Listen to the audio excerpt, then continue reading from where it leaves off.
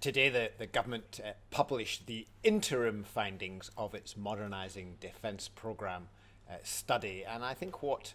most of us found most striking about this study is how often it used the word consider. I think 8 times they said that in the next phase of the review, we will consider looking at force structure, we will consider looking at space, we will consider looking at, and so on.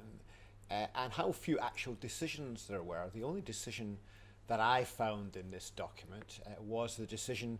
to establish a strategic net assessment capability so that we can further consider what capabilities we need.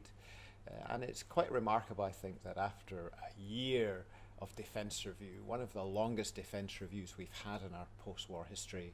and counting, that we're still at the stage of setting out a series of areas in which we recognise we need to do more study. It doesn't, I think, fill me with confidence that we're going to have an end to this MDP process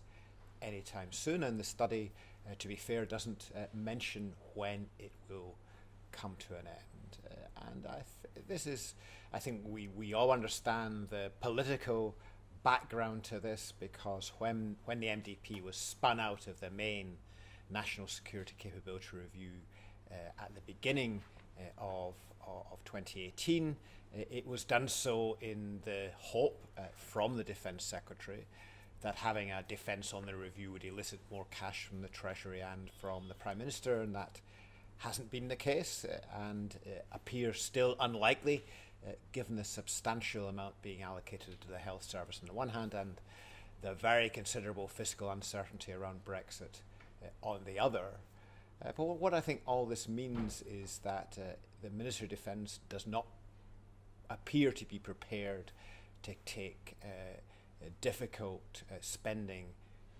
choices, prioritisation choices, in the absence of additional resources. And therefore I think it's becoming increasingly likely that many of the choices which it was hoped would be taken in the MDP will in practice be taken in parallel with the next government-wide spending review, which we're all anticipating will take place in 2019. So we could effectively end up with a defence review process that runs without much of a break for a period of 2 years in total, which I think is going to be quite difficult for us to explain to our allies and indeed to people within the Ministry of Defence.